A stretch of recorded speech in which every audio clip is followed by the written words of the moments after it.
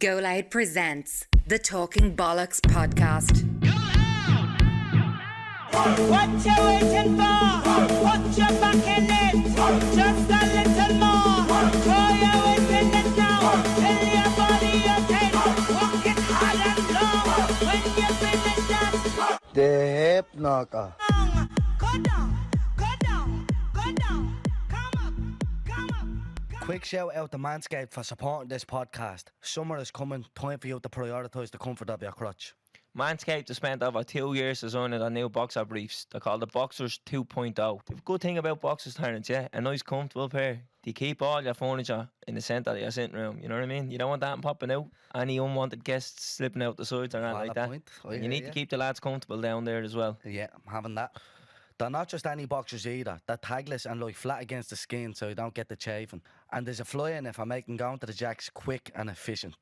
The Boxers 2.0 come in many different designs, colours and every size, from small all the way up to triple XL. Go to manscaped.com, use the code GOLOUD20 for 20% off and free worldwide shipping. That's GOLOUD20 at manscaped.com. Once the Boxers 2.0 touch a sack, you'll never go back. What's the story? Episode 85 of the Talking Bollox podcast, brought to you by Go Loud. It's me, COB, It's me, Terry Flower. and today we're joined by... Tony Groves, how you doing, folks? Oh, that was a very radio voice that was. Oh yeah, no, they always tell you come in quiet. You know what I mean? And leave And screaming. then just cause more. Yeah. Gradually, it's like. exactly. They raise the tempo afterwards. It's like think go soft and then go mad. I have a feeling that's exactly what's going to happen in this episode. How's things anyways? Good lads, thanks for the invite. I appreciate it. It's there was a few weeks in the making, and I know I let you down a couple of weeks ago, but events, dear boys, events as they Come say. here, listen. You had bigger things to worry about than us, don't worry. We won't be going anywhere, so Yeah, whenever you are ready, you know. yeah, that's Yeah. it. Right, well, come here. We do a thing called Englishtown. Yeah. You know about them? I do. I don't know how to explain this one. Yeah. Try and explain it. So, you know them sweets you get, Tony, they're rock solid. Wouldn't recommend biting into them. You usually have to suck them until they Sure. get smaller and Yeah, smaller. What would you call those? What, a gobstopper? Oh, right, calls them Well, yeah. there we But go. we'd call them a jawbreaker. Yeah, with Jawbreaker but the Jawbreaker was different. Jawbreaker came in a bit of plastic. You remember you could buy it in like a 5p Jawbreaker and you'd have to open it in a wrapper. Whereas the Gobstopper you could get out, they'd scoop it in. Now I'm a lot older than you lads, right? So like, and the two lads nodding. Yeah, we know. No, but you can can tell. remember them. I remember them. They used to look like a golf ball. Yeah. Yeah. And that was the Jawbreaker for me. But the Gobstopper was the one that you go into every little penny shop that you had, and they were Yeah. never a penny. You know what I mean? Yeah. They were the 5p ones. You know, Yeah. they drive you mad. But you get like, and you'd want a couple of, give us 2 of them and 10, of the whatever the bonbons you wanted. and the or rest in jellies. Yeah. And a macaroon if Yeah. you were going mad. That's Remember old that? school, Used that. that give us like one of them, and the rest in jellies. Yes. That was Yeah. the best. And you used to be literally taking a scoop of the jellies and counting them and all. Did you have the TP drinks? There was like a Cadet Capri bottles. Sun, no, the Capri Sun, but it was in the shape of like a supposed to be, I hate that. Like I'm sure now you wouldn't get away with it. It was called a TP with the like shape of an Indian tent. No. And you had to jam the straw into it, and the whole thing tasted like plastic. But you didn't care because the gimmick was you had this thing that looked like a tent. No, I don't remember that. No. Ah, don't see, I'm remember too them. old, lads. Yeah, touching Remember, on, like, Tony.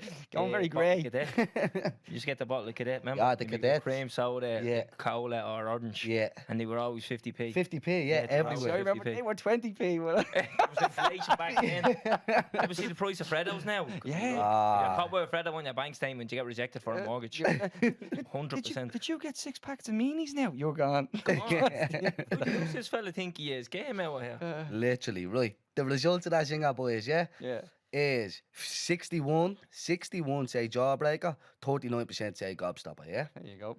That's what you call your demographic's a lot younger than mine. Yeah. You'd be surprised. We got a lot of heat in the DMs. Well, people were saying about different sweets, like what you were to breaking it down. But the way I see But I it, think people were thinking that the Jawbreakers are the little ones they can get in 4-packs. If But you it's can a- get big Jawbreakers as well. yeah, if it's a ball and you can't bite it, it's a jawbreaker. Yeah, Because you're gonna break your jaw. Yeah, That's why. 100%. It's not Tony, rocket science, like. have you got a singer? Oh God, no. I mean, see, the Might problem put when you you on the asked spot me there. to put them on, and I was thinking to myself, going, so the only thing is I'm going to do now is actually say, the difference is when I talked about that, it was the 50p, right? And now, you see, I grew up in Ballymun, right? Sorry to hear. Yeah, what can I tell you, lads?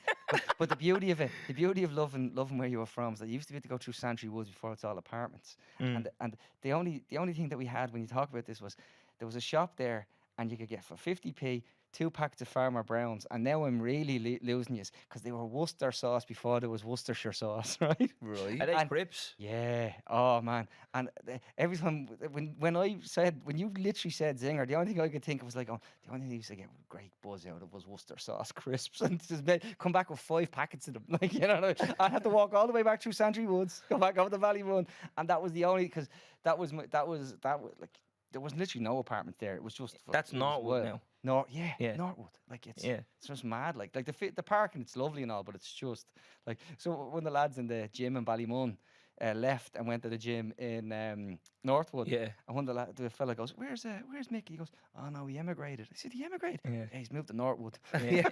Literally across the road. Across the road. You might as Yeah. well be on the moon for us now Yeah, from Ballymun. Yeah, it's you know? mad that you actually say that Santry. It's Ballymun. Yeah. It is. Ah. It's more Ballymun than it's Santry. Oh, but look, like, they say Premier Dairies, where the Premier Dairies was always, you got your milk in Premier Dairies, and it was Finglas. And then there's an apartment block there now, and it says Premier Square Glass Neville. Yeah. Isn't it, Hoop? Yeah. You know what I mean? A lot of people still do that, actually, who live up that neck of the woods. You say Glass Neville, even though it's Finglas. Yeah, it's Glass 7 when they're selling the house, then it's Finglas when they're paying the property tax. 100%. That's what they do. 100%. And I can testify to that as someone who still lives in the area. Do you know what I mean? Like, Yeah. So I'd be as guilty as the next man. Yeah. Yeah. Like, I'm living in Santry now, and I always say to you, Terence, Santry's a kip. Ah. Santry is worse than town. Since I moved out there was a bomb scare the other day.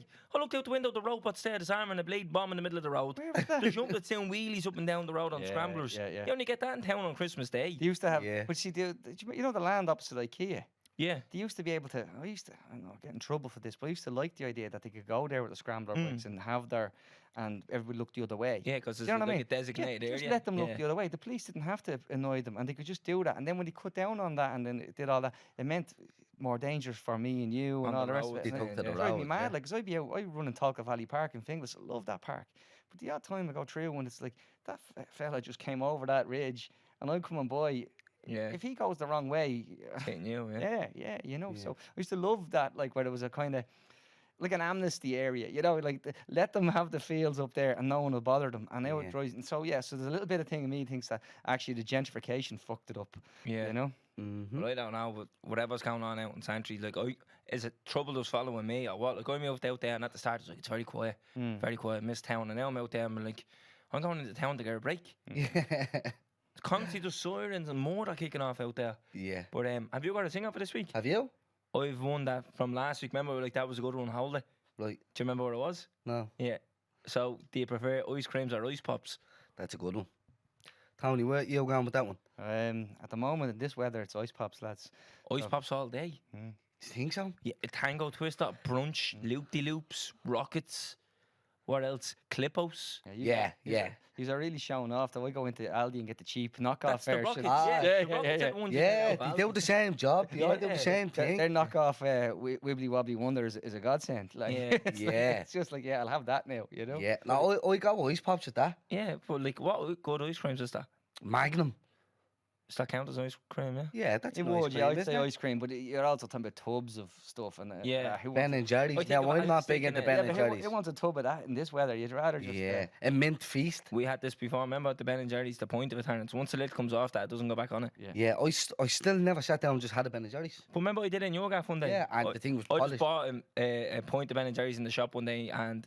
that what it's Lee called? Coley, shout out to Lee Coley. Man, yeah, it's a point. Look at it, the measurement of it's a point of Ben and Jerry's. Right. One of the lads was there and he's like, I'd have half of that now and put the lid on and put it back in the freezer. I was like, what are you talking about? I said, once I take the lid off that, it's gone. The whole thing polished. I did go to one of my favourite ice cream shops a couple of weeks ago and asked them, this is my preferred flavour, lads, showing my age again, is rum and raisin, right? That's rum a and real raisin. outfit. It's an outfit flavour. And I walked in and your man turned around to me, he said, hang on a second, he had to run in the back to get it because no one ever one bought ordered. it. What's Yeah. rum and raisin? What is that? It's like literally rum flavour with raisins in it. Like Yeah. it's like a brown ice cream with That's just something that me dad will get if you're in Tenerife. You know what I mean? Everyone's getting like mint and bleeding, Yeah, yeah, whatever. yeah. And he's getting fucking that. That just reminds me about Oh this. yeah, no, that's it. I've given up the ghost. Like, Yeah. you know what I mean? That's when you know it's done. You know. That's a mad one, that. Right. ice pops anyways, right? I have a thing, I think we used it before, but I want to ask you, Tony, yeah? Come on, yeah. Would you rather take €1 million now Mm. or flip a coin for 100 million? Oof. See, the thing is, I'd probably take. See, if it was for me, I'd take the risk. But for you guys, I'd say don't take the take. The Yeah. million. Does that make sense? Yeah. Because I'm not as risk averse. Like I told you earlier about the stupid stuff I tried to, so I'm not that risk averse. I'd flip the coin. Yeah. But if we sat down and you two said to me, Tony, what you want to do? I'd say bank the money, lads, bank the money. But see, 100 million, you never have to do anything again. Yeah, but like think 1 million. Here, I tell you straight away, 100 million. My head went going, Jesus. I'd go to O'Cool and say, how many social houses could we build in such and such for that? And then because you wouldn't need 100 million, you could back say let's be greedy and say I need 8 million. Yeah. And then what could you do with the rest? You know what I mean? And that's where you're tossing the coin for. You're tossing the coin for the aspirational stuff. But with other people's money, I'd be much more risk averse. I'd always say, no, take what you can, take what's on the table, take that, put it away. But I'm not. To my own detriment, often I flip the coin. Like I've done that in loads of things like that in life, and sometimes you win, sometimes you lose. But, 50-50, isn't it? Yeah. I think we've done this before, but it was a lower amount. It wasn't 100 million. Yeah, so someone sent it to me and said, $1 million or $1 billion. And Obviously I was you're like, I'm on $1 flipping billion. the coin. I Yeah. don't have $1 million to start with. But like That's a my billion mindset. is 1,000 times more money. Yeah. Obviously, you're gonna do it. Yeah, so that's why I changed to 100 million. 'Cause I think we did it for like, would you take one or flip for 5 or something, or flip for 50 when we done it the last time? Yeah. Well, Something like 50 as well, 100. But for 5, I wouldn't flip.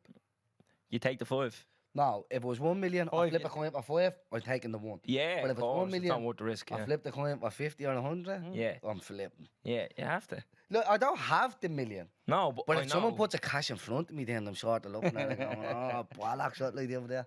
I'd flip it. The family shouting at the speakers. Now, what are you talking about? Yeah. Take the money. Yeah. I always think that. You ever seen when like you watch game shows and all, and they're like, "Do you want to take the money or do you want to just don't fucking take the money? Keep it going. Yeah. Keep it fucking going." Like, Yeah, but if that was your brother or something, you'd be saying, no, take that money then. yeah, I don't know. Like, I always think if that was me in that situation, I'm not taking the money. It's like the chase. Ever watch the chase? Yeah. And then like the people who take the lower off on the chase, I swear to God, if that was a family member of mine, they'd be the sound.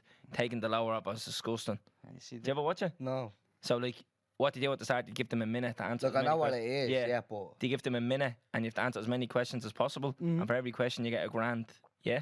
So let's say they answer like 6 questions, so they've $6,000. Then the chaser comes out and says, "If you take a step closer to me, I'll give you like 60 grand. But to take a step closer to home, I'll give you minus $1,000." And people go, "Yeah, I'll take the minus $1,000." So you have to answer less questions. You got to back yourself. You got. And now you got to remember you're coming up against But you see that? Proper. I've seen that general before, and I think that that's fake. I think he knows the answers. No, I've seen them getting questions wrong loads of times. Yeah, on purpose. No. He never loses. Yeah, they do. I've seen it loads of times. Does he, yes? And I've I seen- don't watch it that often. I've seen people go yeah. head to head with My outflow likes it. I love it. Any time I've ever watched it, that fella gets every answer right and they win. I every love time. it. I love it. And my board actually looked in to get me onto it Oh, wow. before. But you had to be a UK resident. Yeah, You have to have a British Is passport. that not an Irish one? It's not an Irish one, no. That's dirt. Yeah, Brexit meat. Anyway. Yeah, I'd love to go on it. It'd be legal. They should get an Irish one going. Let Tony Gross host it. There we are. There'd be chaos. Slaughter it'd be. But Fact checking people as they're giving their answers. Yeah. When did Singles. Hitler invade Poland? Yeah, no, sorry. Hold that. Check that there, will you? singles over. Right. What way we do this? Don't know. You tell me. Yeah. So, Tony, do you want to give us a bit of a background about yourself first before? Because we have a couple of Yeah, things that yeah. we actually want to talk about and we get your opinion on. I try keep it as brief as possible. Yeah. I currently am the co-founder, editing publisher of Tortoise Shack.ie, which is a podcast platform for various podcasts. There's, I think about 12, 13 at this stage, but they vary. We make no apologies. We're pretty left-leaning.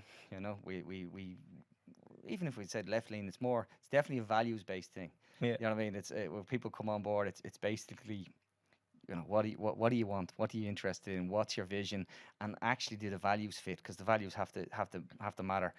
But personally, like I'm a bit of a strange fish because, I come from a huge financial background. I've worked for some of the biggest banks in the world and domestic banks in Ireland. And I never fit, my politics never fit, but I wasn't bad at what I did. That was always the big problem. It's like that guy's always causing trouble in every meeting. Like I had a sir of the realm, you know, lose the plot at a meeting once because I said everything you just said at this thing was ridiculous. And but luckily at the time I think we were like 125% of target. You know what I mean? It's like you're getting into sort of like I met Fred Goodwin. Do you remember? You ever hear Fred the Shred? No. RBS, when they brought RBS helped bring down the world. They were the fourth biggest bank in the world at the time, and the ambition was they had this thing called Journey to One. And they said, we're going to get everybody together. We're going to become the biggest bank in the world. We're going to buy ABN AMRO. We're going to do all of this. We're going to get all these senior bankers in the world in this one big hotel for a weekend, and we're going to all share our journeys. And it was just it was chaos, right? So the lads are all telling their stories, and I'm not going to name names. I don't want to embarrass people, but one of the big senior fellas, we talked about Ballymun earlier, right? He said my name is such and such. I'm from Glasnevin, he said. You know, and I know where he's from is now called Glasnevin But it wasn't Avenue, back but it then. was Ballymun Avenue, Yeah. right? So they're all up at the table on the top, and they're telling their you know, you're to hear Sir Fred tell this story and all the rest, and all the lads are telling the stories, but we had to share with the plebs, the lesser down, you know. And I'd written my story, and I'm not bad at talking shite, you know. So I'd written my story, and the lads go, anybody think anybody should share their story? And at the time, I was the manager of O'Connell Street, like literally around the corner, and one of the lads beside goes, "Oh yeah, get Tony," and I could see one of the regional directors' face go, "Oh no, this ain't gonna go well." So the microphone comes down. I just stood up, took the microphone, and I said, "My name is Tony Groves. I'm from Ballymun, and by the way, we still call it Ballymun." Yeah. And the top table, there was just, and you know, I got out the door. Regional director rang me. What did you do? What did you do? And I was like, oh. Then your man actually himself rings me and says, "Oh, I thought it was funny." Clearly, didn't think it was funny. Yeah. You know what I mean? Like, so yeah, I never fit. But but it also then meant when I brought that all into what we do now, mostly with the things, that there was a level of I gotten fingernails dirty. I knew how this stuff happened, you know. I knew. So when I'm talking to people, like someone said to me, you know, "Oh, you're talking the Ronan lines." And I'm going, "Yeah, but I'll put my financial background against his economic background any day. Yeah. Let's go, let's dance." Yeah. And it never bothered me. And it was also so we've done all of that. So my story was kind of, Rory Hearn, who I do Reboot Republic, always says the crash radicalized me. And it Yeah. kind of did, because in a way my politics never fit. But when I saw the amount of people at jeopardy of losing their homes, the people that we were doing these things, code of conduct on mortgage arrears, trying to make sure families kept businesses, didn't lose this, didn't lose that, and yet the banks from the backside, because when you're a qualified financial advisor, you're supposed to give independent advice, right? You're Yeah. supposed to. You walk into me, I'm supposed to tell you what's best for you, but also the bank is behind me going, "We need that. We want that money back. We want that thing," and you know, we don't care. Get that. So you're not really independent. So You're a bit biased. you're supposed to be, because they pay you. Yeah. Do you know what I mean? Well, They're you're like, not supposed to be. yeah, but legally you're at. speaking, it's like going into a doctor and saying to the doctor, I want treatment, and the doctor says, "Well, I'm actually going to go with this company because this company gives me a kickback for Yeah. that type of medicine, Yeah. or I could give you the generic." You know what I mean? So it's kind of like that, except for it's the balance of power is wrong. You know what I mean? It's wrong, and it's still wrong in financial services. But nonetheless, that sort of stuff really grated on me. It really got to me, you know, going meeting people in their homes and trying to see, was there ways we could cut deals, and then going back and being told by people in higher ups going, "Actually, no, we still want to pursue this thing." And you're like, "Oh," you know. I met people in the Department of Finance, and like pleaded with them, like said, like, you know, went outside, colouring outside outside going, "We could do this differently. We could do this. We could do that." And you know, yes, lots of regrets when it comes to that type of stuff. So come here, you grew up in Ballymun. Yeah, I grew up in Ballymun, went to school in Lazy Victories. You know, Victories just opposite the church there by the credit union. So down from the comp. I'm not familiar with Ah, Ballymun, so to be yeah. honest. But back then, though, there used to be where there's now feck all left for the super value is, there was a swimming pool. There was, Yeah. you know, and but all the family are from town. So I ended up then, because of convenient for everybody in the family, like where the parents are working, all, I ended up going to Brunner. Brunswick Street. Yeah. So I had to go into Brunner, and I went into Brunner, and it was gas because you walk in, and the first thing that some loop the loop was going to say, "Oh, that fella's from Ballymun, he thinks he's hard." You know, like That's it. That's yeah. that's such a common thing. Yeah, like, yeah. oh, he's from another working class Yeah, area. yeah. We'll see who's harder. Yeah, like You know, literally within 3 days, the mother's in the school because I'm being suspended for fighting, you know, and it's like you don't get it. Like, I win, there's a fucking target on me, you know, so I bounced around. I went in, but so I used to spend a lot of time in town because that's you know, and then when they finished work, we'd go back to Ballymun. Yeah. And then, but I'm the eldest, so there's younger, and they kind of think that they were brought up in Phibsborough. Yeah. You know that way, Yeah. like I'm very lucky, and I hope he doesn't hear this, but like my outfit is my hero. Yeah. You know what I mean? Because when I was growing up, he was raising us, well, me, because I was the only one around at the time, and he used to look after his family because his dad had died quite young, and we used to do all of these things, you know, and he was working 2 jobs and all of this sort of stuff, and he kind of gave me that basis all the time. And then when you know, as I said, the rest of them, like I remember going, I went to Blackpool once, it was huge. And then I turned around to my sisters and go, what was your first holiday? And they're going, oh, we went to Mallorca, you know. And I was like, I'm going, you had a different life to me, you know. But it helped shape me as well, you know. Yeah. But so you would have probably seen a lot of Ireland, the landscape of Ireland changing. Yeah. Considering like where you came from and then the position that you actually got into. Yeah. So you've a big huge background in finance. Yeah. As well. Oh, look, I mean, Claire Daly, who gets in a lot of trouble at the moment for her views on Ukraine and all, came up to my house once because we would generally record in my house, with a little office on the side.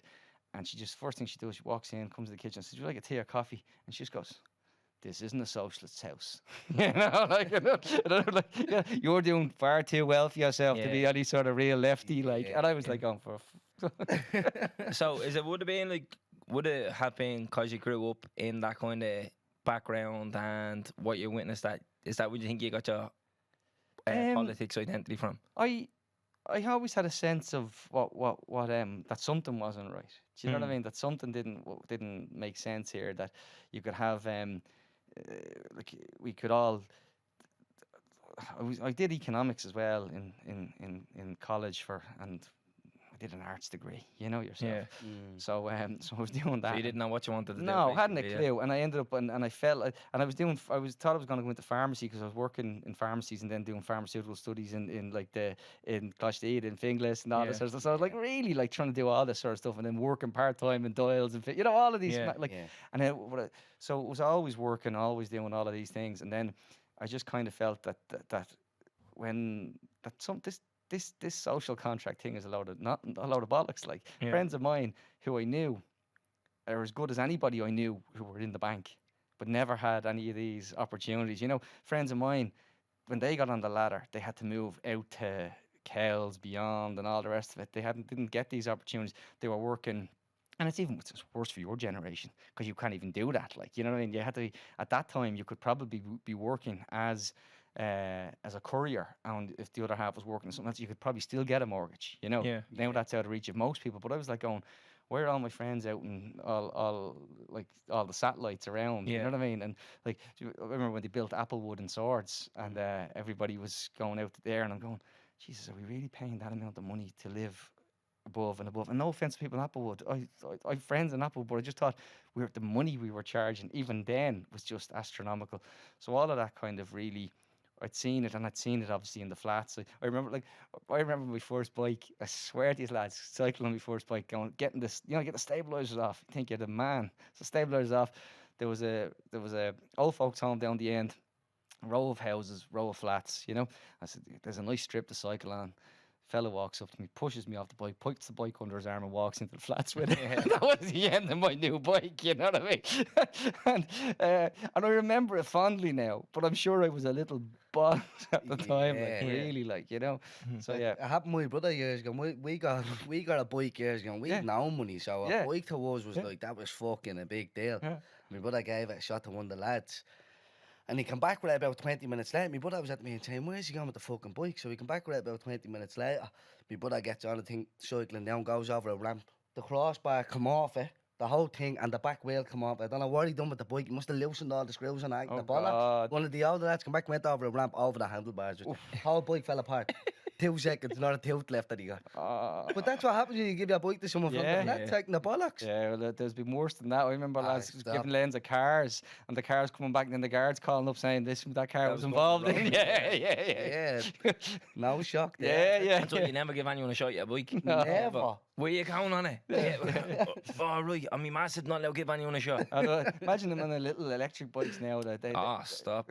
No, Them things are bleeding deadly. Seen some, I was waiting on the bus to come in here. Some fella pulls up on an electric bike, folds her up and goes, is this bus going to town? I was like, yeah, but like you get in bleeding Much quicker twice than as the quick bus. as me. It's all downhill. You're on an electric bike, you head case. There's something I want to talk about, Tony, because I seen it circulating How are you getting on there, pal? on Twitter a couple of weeks ago, and it was actually a good friend of yours that had brought up the question to Paul Murphy, who was a TD, and it was about the amount of Garda deaths in custody. The people dying in Garda custody, yeah. Yeah, so it was 220 people have died since 2007. that we know of. Well, I think I'm speculating there, no? No, because some people don't die in a. There's different kind of categorizations. They died in Garda custody. Some people might not have. Some people can die hours later. Yeah, but they're included in that. So they count as that as well, because I looked into the numbers and as a breakdown of that. But like we're big advocates of what happened to Terence Wheelock. I'm not sure if you're familiar with that case. We did a 2-part podcast special with the person you're talking about, Vicky Conway, the late Vicky Conway. She did a huge special on it. On Terence Wheelock? Yeah. Unbelievable. But we brought it up on our last live show as well. There's like these issues are still happening today. There's men being found dead in the back of caravans, and the family are not notified until they seen it on the news that night. There's no procedure, there's no protocol really. It's just kind of like, oh, well, fella died there, he was arrested earlier. No one's like, hang on for a minute. You mean like you're interacting with the police force in this country and then dying, and then that's just being overlooked? You know what I mean? Well, gotta also remember, usually, what sort of socioeconomic class a lot of these people come from, or demographic they come from, they matter less in the eyes of much of Irish society, and we have to be honest about that. I mean, you mentioned Terence Wheelock. I sat with Terence's brother and sister in the front room in the house, and they're lovely, get a cup of tea, having a chat, and all the rest of it, and telling you great stories about about him as a young fella and going off to Bray and coming back with a stick of rock because that was going away back then, all that sort of stuff. But not like where he was from mattered. It's the same with a lot of these cases. Like there is one specific case that I can talk about, because we covered it, and a young man had gone out on a night in college. He'd gotten into bother with the guards. I don't want to speculate whether the rights or wrongs, but they brought him in, put him in, sent him home. It's only a young fella. Said we're gonna write you. You're gonna get a thing. We're gonna write to you with your fucking what's the lads? I'm searching for the. Remember, they said we're going to summon you. This kind of thing. Yeah. And I said we're going to send you this, and he goes. So he started panicking. He goes home. His mum says, "How'd you get on?" He says, "Oh, we stayed in fucking Terence's or Calvin's, and I was having a few drinks, and didn't want them to know. Panicked that something was going to happen. Walked up the field and hung himself. And Vicky, who you mentioned there, who asked that question, that had Paul Murphy asked the parliamentary question. We raised that, and we did it. We spoke to the family. We got their permission to talk about it. We got our permission to cover it. We did. And this will be the first and last time you'll hear me say this. Drew Harris, to his credit, reached out to the family and said, we can do this better. And they want to call this, I think, Niall's Law, after him, to change how they release people from custody and make sure they're in a better state of mind, or at least that they're being released into the custody of someone who's able to make sure they're in a better state of mind and all these things. And again, I don't think Niall's parents would mind me saying, but he was obviously, he wasn't a young fella from the flats either. There was at least a kind of this background there. And that's not to say that but there is a hierarchy, unfortunately, and we have to, like, people listen to this, your audience know this, they just maybe don't see it as much, because it's very hard when you're busy to look up, when you're just trying to keep the wolf from the door. It's very hard to look up and say, actually, what's going on here. But that's why that question that Vicky had Paul ask was really important, because that's still 200 lives. 220. Yeah, but like 220. I put it to you that it'd be easier to get the statistics on how many people are arrested that are from a certain socioeconomic area, or from a certain what's their race and ethnicity. Oh, we're big on that at the moment. Like, they tell you more people, like in the homeless figures when they come out now, they tell you first the number of adults, and then they tell you they're EU or non-EU. Then they tell you the on page 7. So on page 3 you get 2 and 3, you get all that, all the way down to page 7 before you find out how many kids are homeless. Tell me why we have to foreground people's race and ethnicity before we talk about 3,000 children. There's a lot of problems that how we deliver things, and how we parse them, and how we actually talk about them. And I just think, like, that's why, again, it's one of the reasons I wanted to talk to you guys, because like, that you've got the. I'm too out of touch, lads. You know what I mean? You know it from, because it's what your lived experience is. Yeah, and that's the thing. Like, we don't want to come across as like Garda bashers on the podcast, but when I seen that, I was like, whoa, because I was shook by it. I was like, 220 people who interacted with from Garda. what year is that? 07. 07. So now. 15 years. Yeah. So, like, you're averaging over 10 people a year are dying in Garda custody or interacting with Garda. I have a breakdown of it, and it tells you the categories of how they're dying. Now, I get it, in some cases, like, it is, like, it does depend on case by case. Like, there is cases of the Garda interacting with someone who was armed and they were shot. So I get that. Like, it's not just, But George and Kensho, many will tell you, didn't have to die. Yeah, and I get believe George and Kensho didn't have to die. I firmly believe that. Yet we were within hours of what happened to George and Kensho. It was all over that he was a knife wielding, a machete wielding guy who had done all these things, and he was this, that, and the other. No mention of what his family looking for mental health support. No mention for all of this sort of stuff. And we were so quick to do. Now we've got more importantly got to talk about class in Ireland. It's really important. Yeah, well, it's a huge thing. Like, any cases like that, it's always mentioned about that previous convictions or something like that. No, the Garda. It's nearly just justifying. It's nearly just justifying it. Yeah. So I'll give you a little breakdown, right? Yeah. So it goes from 07 to 2021. Actually, it doesn't include this year. All right. So in 2007 there was. And we know there was 2 at the start of the year, anyways, as well. Yeah. The fella from Kerry and Limerick, I think, was Limerick, the other one. I think, as well. Yeah. So in 2020 there was 20, right? In 2021 there was 34. It's actually, the number is 228 in total. So not just 220. So that's obviously rising, because obviously the previous years can't be all that amount. What's I don't want to go into every single year, right? But the lowest was, there was 7 in 2017, and then the highest was 34 last year. Yeah. And then it categorises them down. So it's deaths following Garda contact is 9. Deaths in Garda custody has an asterisk beside it is 6. And the asterisk is deaths in Garda custody includes person who subsequently passed away in hospital. So I would imagine Terence Wheelock would fall into that category. Yeah, he would, yeah. Deaths following release from Garda custody is 5. Deaths, road traffic collision, pursuit. So, we often hear like someone under Garda pursuit, they lose control of the car and crash. That's 5 as well. Then deaths, road traffic collision and other. Don't understand what that means, but it's 2. Deaths during restraint on arrest is 1. Deaths other, it says. I don't know what that is. And it's 6. So I'd like them to break that down. That says total in 34. So this is just last year's one.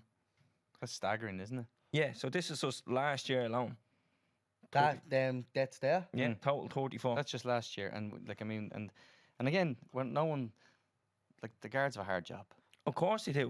They've one of the hardest jobs out there. Yeah. There's no doubt about it. And it's just, but when we talk about these things, we need to be able to have that conversation about, why is it happening? How do we stop it happening? How do we minimize it? How do we reform it? And that, again, going back to how great a loss Vicky was, she was doing a thing in September on the reform of the Gardaí. Like, Drew Harris's statement, actually, after she died, more or less said, and she was a pain in the arse to them. You know what I mean? Which was great, because that's who she was. Whereas Helen McEntee made out as if she was a great friend of the Gardaí. She wasn't. She was never a great friend. She butted heads with them all the time. But, like, we've seen all of this. So, but how do you give people the language, give people the ability to talk to them? How do we start that? Because they talk about community guard and community policing and cooperative police and all these sort of things.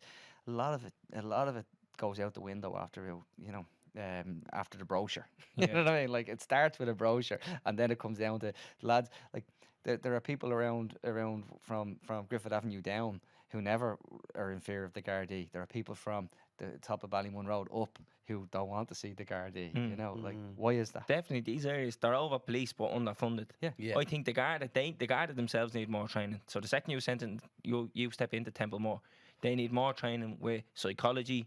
They need to be more to deal with empathy as well. Like, I think every arrest should be they should put more of a human twist to it. Like, right, let's step in here. Does somebody need to be arrested first of all? So I feel like they come straight in, they grab someone, handcuffed in the back of a car, we'll sort it out later. It's the old phrase, if you're a hammer, all you're going to see is nails. So, we see this all the time. Like, they talk about trauma-informed design now and how. But most of the time, some of these people, they don't need a guard knocking on the door. They need a social worker. Yeah. They need a counsellor. They need all of these services. But unfortunately, when you call for a guard, you're going to get generally a guard. You know what I mean? It's and that's there. That. So there's a whole. We have to broaden that out as well. Yeah. I just think there's a problem with the whole establishment and the system. But like the system as it is designed, I think is to discriminate. I think that, as I said, we are over policed. A lot of people would think guys are just being paranoid. Are just where you're from. I still fear the Garda. I'm 20 years of age, no convictions, no criminal record, have a respectable job. I keep my nose clean, like, you know what I mean? I see the police, I get it free. Shouldn't live like that. No. So 117 Garda currently suspended. Yeah, you know what I mean? Huge numbers. Suspended.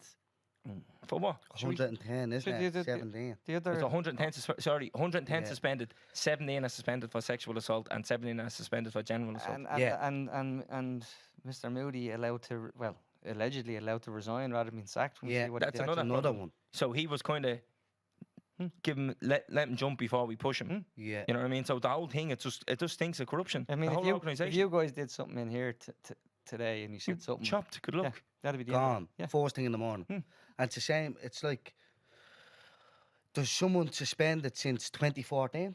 2014, Isabella suspended 8 years, and then there's 2 suspended since 2016. So that means they're still getting paid.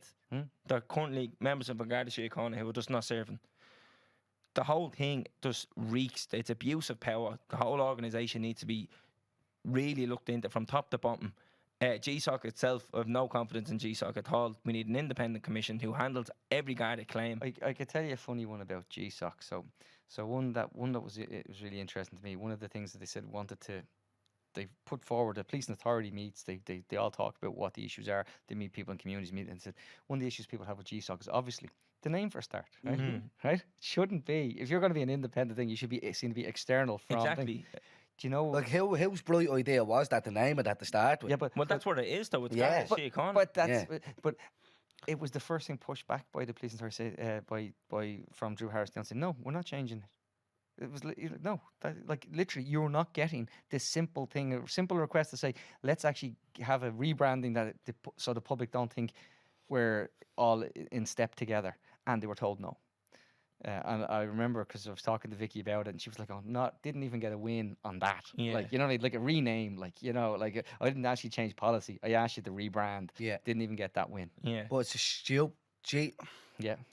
Like, to see that GSOC thing, like that whole. Have you ever dealt with them? Yeah. Like, if anyone out there who's never dealt with them, you put a complaint in, they get back to you, you go and give a statement then, and you're sitting with another guard, and he's investigating. So the Garda inspects the Garda. That is what it is. I dealt with them, Tony, and I had a copper sitting in front of me say, and stopped halfway through the statement and said, right now, like I was halfway through, he said, right now I can tell you this guard is in the wrong for this, that, and the other. And I was like, lovely, rubbing hands together. Yeah. They're going to get it. Yeah? Didn't though. 2 weeks later, I got a letter and said, we're not taking this any further. Yeah. Oh, so how can a copper say, I know this is wrong, I know already this is wrong, and then say, no, it's not? I've dealt with them, and I've dealt with them obviously on the podcast as well, because when we started doing police, they didn't like it. You know, they were on at me saying, would you not have one of us on to give that perspective? And I went, Why would we? You have RTE for that. Like, why would we? You know, you can do that you go on News Talk tomorrow and probably you can give your perspective in the morning. We just want to talk about from the person who experienced policing. You know, we started with Maho Rivas, a young Uruguayan migrant into Cork, and how, you know, she was verbally abused but was afraid to go to the guards. Because then they turn around, can we see your papers? What's your status like? What's this? And you're going, and they were like going, well, and all of a sudden I'm getting emails from the Garda's press office going, you know, well, we'd like the right to reply. And I'm going, no. Yeah. I'm like, you don't get. But what are they going to go on and justify? Yeah. Like they're going to try and go on to that and obviously make themselves look good and justify what you're saying and stuff. But I don't see how they can justify it. Well, I mean, it doesn't invalidate Maho's lived experience. No, it doesn't. Exactly. So these are Probably just promote, different like, lived it experiences. elevates her experience. What we're talking about. So- But we'd love to have a couple on this. We've said We- this loads of we've- times. we've We'd said love that. We'd But- love to have that opportunity that you got there and said no to. We'd bring them on and said we'd extend the invitation. Come on in. Yeah. Take a seat here. You'll get someone from the press office, and like they're all pros at a lot of this stuff. Like, they are all pros. Like, I mean, there's a reason why. Like, and I'd be killed because, like, Mick O'Toole, crime correspondent, I know Mick does great work in the rest of it, but they also know how the hierarchy works and how they operate, and they know the levers how they're being pulled, and sometimes they know they might, you know, this is the information you're receiving is because they'd like that information to make its way into the public domain. Like, you know, but we're supposed to sit here and forget that, what was it, like 11 of 15 phones that were given to Noreen O'Sullivan, the former commissioner, went missing during the investigation from Morris McCabe. And, you know, you're like, and then we were all supposed to believe them when they stood up and said, totally exonerated.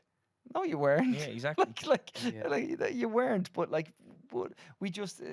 That's why when you said take it all down, it's not just the guards. There's a huge issue with so much of how the corporate structures, the political structures, and all the rest of it.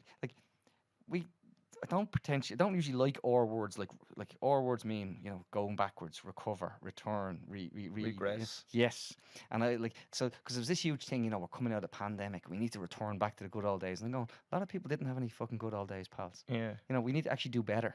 And when we see stuff like that, when they talk about reform in something, institutions, say like the guards, and I'm not picking on them, I don't want to talk about reform. I want to talk about doing things better. I want to talk about, and like, that's the challenge I've been left by Vicky's death, because I've been in touch with former colleagues of hers who want to pick up the cudgel and say, we're gonna actually do this on different ways. Police will live forever as its own thing, but we will continue to do it in a different guise, whatever that way. We'll address it, but we certainly aren't backing away from it. And if there are any guards listening to that, There's a bit of news for you anyway. yeah. So we'll be coming back to it, you know. Yeah, but we'd love the idea of having a guard on. But to be honest with you, I don't see where the win is in it sometimes when I think about it, because we've been talking about this for over a year now, and I don't see how we win there. Like, I think if you put it to a guard, even a retired guard, and say, like, there's a class issue, I think that might be denied, even though there's facts there to show that there's more people arrested in the inner city than this place and that place. But did you guys see the thing on them wanting to put drones to stop people dumping? Yeah. Do you know what that is, don't you? Yeah. That's monitoring working class communities. Well, I know firsthand that with the COVID rules, so remember they were allowed to pull people in and say, where you going because of COVID? yeah, That was just a ploy for them to be able to stop anybody. And I've heard that firsthand from a guard, has said that to me. We were allowed to stop anybody, and it was great. But if they get drones, the drones will be in working class communities. You won't see a drone in Dalkey. No. Like, the drones will be in working class communities, and the drone's job is supposed to be monitoring is there illegal dumping. Yeah. But the remit of the drone itself will be going, well, actually, guards can access this. Because here's the other thing that they don't talk about. You talk about all those deaths. The Gardaí can access. So the Gardaí are only allowed. What's that awful case, that bastard who murdered the woman, but the phone data has been judged. It's Elaine O'Hara. Yes. Is the woman, and his name is, I can't remember the fucking the architect monster. And do you know what? We're Yeah. probably better off not saying his name, because you don't even give him the thing. But one of the things that's interesting about the situation around that is the data that the guards access. So if they thought you were up to something, they can access your if you're using a Leap card, they can access all these things. They can track you. They can ask phone records, but only for two reasons: were you an imminent threat, or were you involved in a terrorist network? Right? That's what it is. Because you and I are supposed to be allowed to have a private life. And that's one of the reasons why that whole case was shown to be that all that data was dismissed, because the European Court of Justice said, you can't do this. Yeah. You can't do this. Now, you know, that Now, man... there's grounds for a retrial now. That isn't man's a monster. Yeah. But you still have to bloody do it. You have to play within the rules, because, you know, it's... Anyway, so yeah, that's things like that really piss me off. And one of the reasons we continue to do what we do was to try and say to people, listen, the facts are there, but we just kind of, in Ireland, we get on to the next thing. Yeah. Bows are playing tomorrow evening, grand. Yeah. Let's watch That Bows. is what it is. But I'm completely on your side. There is like, where do you get the win? And it's not one of them like, I'd love to have a couple of them and just grill them out. Yeah, It's a look, constructive conversation we want but to have. I again- want to know why you do this, why you're told to do this, where's the command coming from, and then if there is a press officer, what's the point? Because you're going to get a generic answer off them exactly. anyways. And the other thing you guys need to be wary of is, given that, because you've agency, you've got people, you matter, your voices matter, as the authenticity of what you do, the integrity of what you do matters.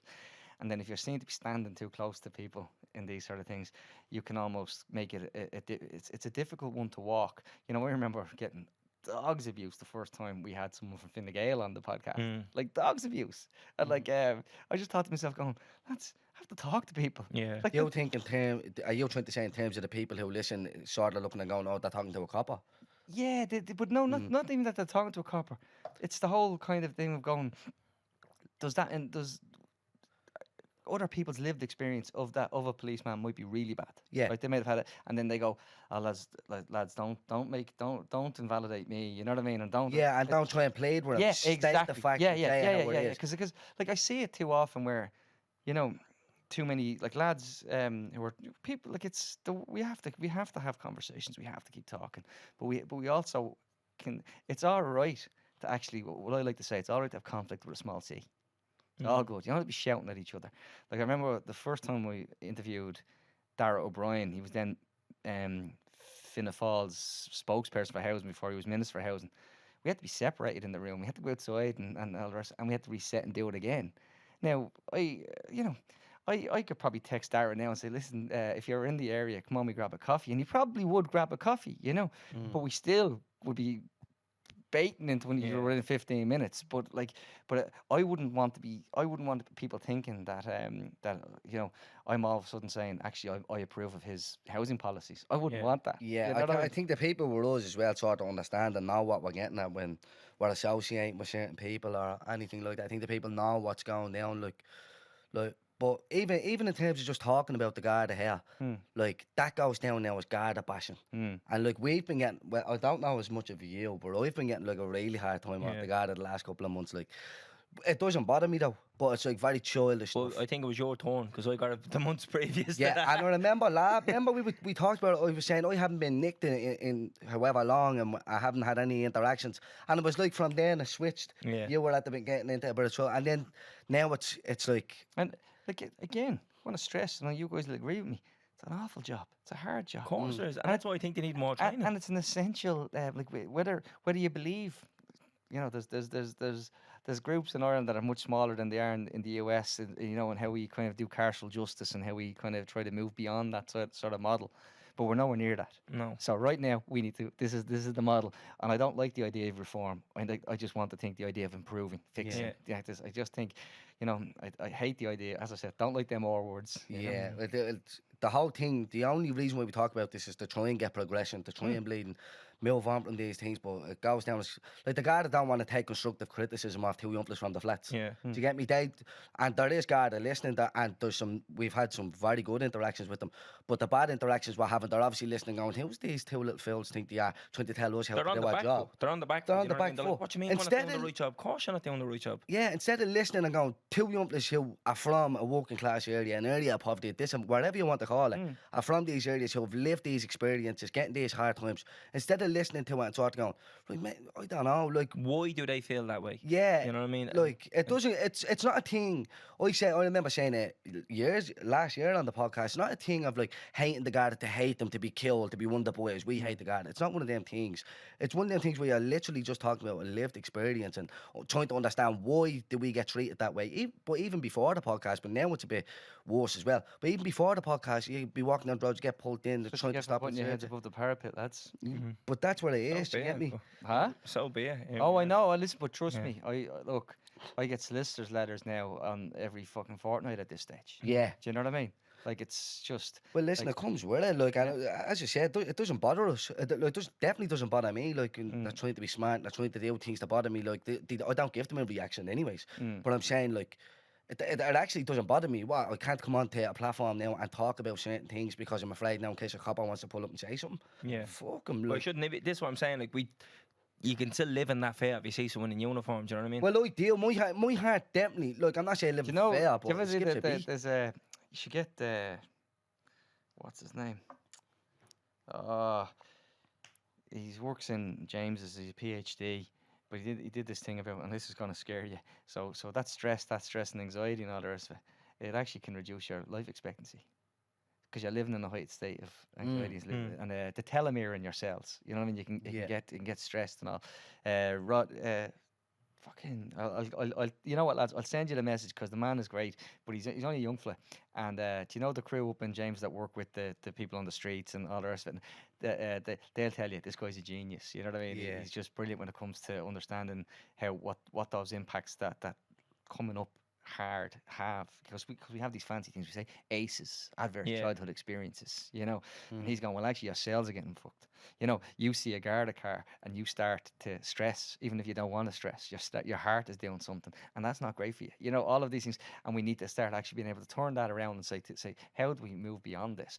And the funny thing is, it gets even worse because they broaden it out and they go, actually, this lad will go, well, not a racist bone in my body. So why is your heart doing that thing when you have to see that person of colour all of a sudden? You know? But you know what's funny? You're saying that though, like when you see a guy that can't your heart rate, Yeah. the opposite should happen. You should feel more secure. Yeah. Yeah. Just feel safer. But you don't.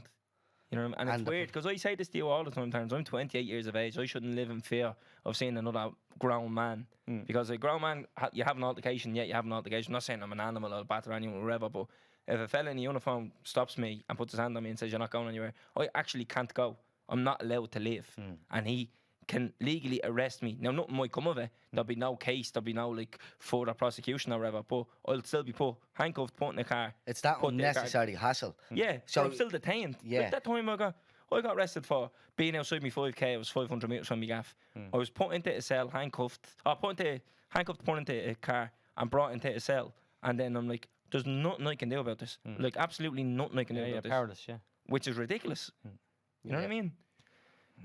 What were you going to say? Sorry, I cut across you. I can't even remember. I was saying something about what you were saying, like when your heart skips a beat and you see that. And what I was gonna say is, like, it's not like as if you only see a Garda car once a day either around town. You're seeing a Garda car every 15, 20 minutes, and you're seeing coppers walking up and down. So your heart is sort of going, is this cunt gonna say something? Is this? Ah, you bastard. And you feel guilty, and you're like, I didn't even do it. Why does that Yeah. happen? Why did we driving like, what the fuck? Oh, yeah.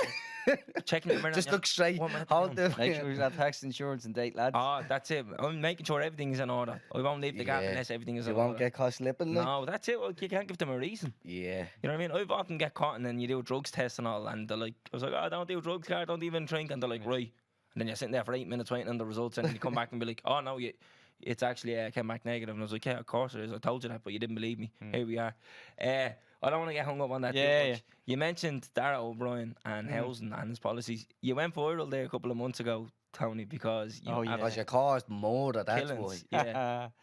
Yeah. No, look, I mean, well, first of all, that was kind of funny because when you think about it, I didn't want to go. I kept saying no. Producer asked me, will you come in? I said no. Can you just give a bit of context for people? So I was asked to come in and do the Claire Byrne special on Sinn Fein, and they wanted it. So this was kind of, people said it was being set up as a hatchet job to, you know, say big bad Sinn Fein, and I got a phone call and I had a good laugh because someone rang me and I said you don't know who you got here, do you? And they said, what do you mean? I said, you think you're going to have someone here who's going to maybe be pro Sinn Fein? I said, I'm not. I'm pro left and my left-leaning values. That's who I am. I said, I don't know what anything about that. And he went, so they do this thing in RTE where then they ring you and then they interview you again before they interview you, you know? So they do this thing, and I'd been given a tip, and the tip was basically, don't answer what they ask you. You know, don't play ball. So I was sitting there, and I went into the room. I knew everybody in the room basically on the panel. Like I I'd interviewed Matt Carthy, Martin Beans Ward was there, big hug, Aidan Regan from UCD. No, Aidan interviewed him. Like they've all been on the Echo Chamber pod, you know. Alison O'Connor, if you listen, Alison, she turned away and didn't even look at me, which was really funny, you know. So you can, like, the body language was priceless. So I went in and I'm sitting there, and this shit show was going on. Eddie Hobbs was going on about, you know, the price if you have 2 cows and they take the cow, and I was like, oh God, and I was just getting more and more annoyed. So I just decided, actually, I'm not waiting. So I literally, and the worst part was the producer who had invited me was unwell, so he wasn't there. Yeah. And I just shouted out. I said, fuck it, I'm going in. And Martin Ward is sitting across from me, and he just broke into this big smile.